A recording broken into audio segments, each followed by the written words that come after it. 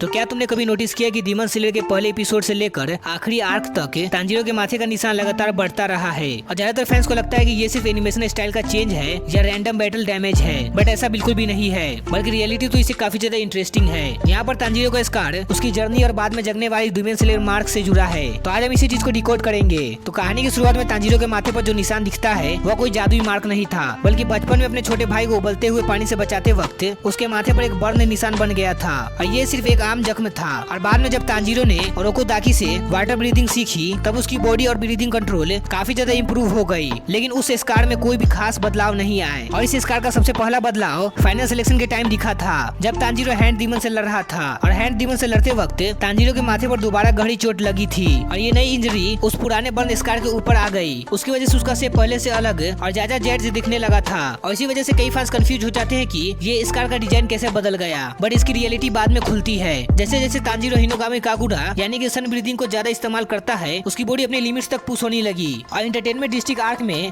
डाकी और ग्योतारो के अगेंस्ट लड़ाई के दौरान उसका डीमन स्लेयर मार्क पहली बार क्लियरली अवेक होता है। और ये कोई नई चोट नहीं थी, बल्कि ये डीमन स्लेयर कॉर्प्स का सबसे रेयर एबिलिटी में से एक थी और ये तो तुम जानते ही हो। और डीमन स्लेयर के हिसाब से डीमन स्लेयर मार्क तब अवेक होता है जब किसी स्लेयर की बॉडी एक्सट्रीम कंडीशन में पहुंच जाती है। लगभग उनके बॉडी का टेम्परेचर 39 डिग्री सेल्सियस से ज्यादा पहुंच जाता है और उनका heart rate 200 beats per minute से ऊपर चला जाता है। और तांजीरो ने भी इन्हीं कंडीशन में अपना डीमन स्लेयर मार्क अवेक किया था और उसके बाद उसके माथे का निशान फ्लेम जैसा दिखने लगा, जो कि उसके पहले वाले स्काल से बिल्कुल ही अलग नजर आता है। और एक इंटरेस्टिंग बात यह है कि तांजीरो का फ्लेम लाइक मार्क देखकर कई लोग उसे यूरिची से कंपेयर करते हैं, बिकॉज दोनों के मार्क मिलते जुलते थे, बट उनका ओरिजिन बिल्कुल ही अलग है। यूरिची जन्म से ही मार्क के साथ पैदा हुआ था, जबकि तांजीरो का मार्क उसकी ट्रेनिंग और एक्सट्रीम फिजिकल कंडीशन के बाद अवेक हुआ था। और यही वजह कि तांजीरो का स्कार बदलना सिर्फ एनिमेशन का चेंज नहीं था, पहले वह एक नॉर्मल बर्न स्कार था, फिर बैटल इंजरी की वजह से उसका शेप थोड़ा सा बदल गया और आखिरी में वही स्कार की जगह डीमन स्लेयर मार्क अवेक हुआ। तो इसी वजह से तांजीरो का स्कार काफी बार चेंज हुआ था सीरीज में।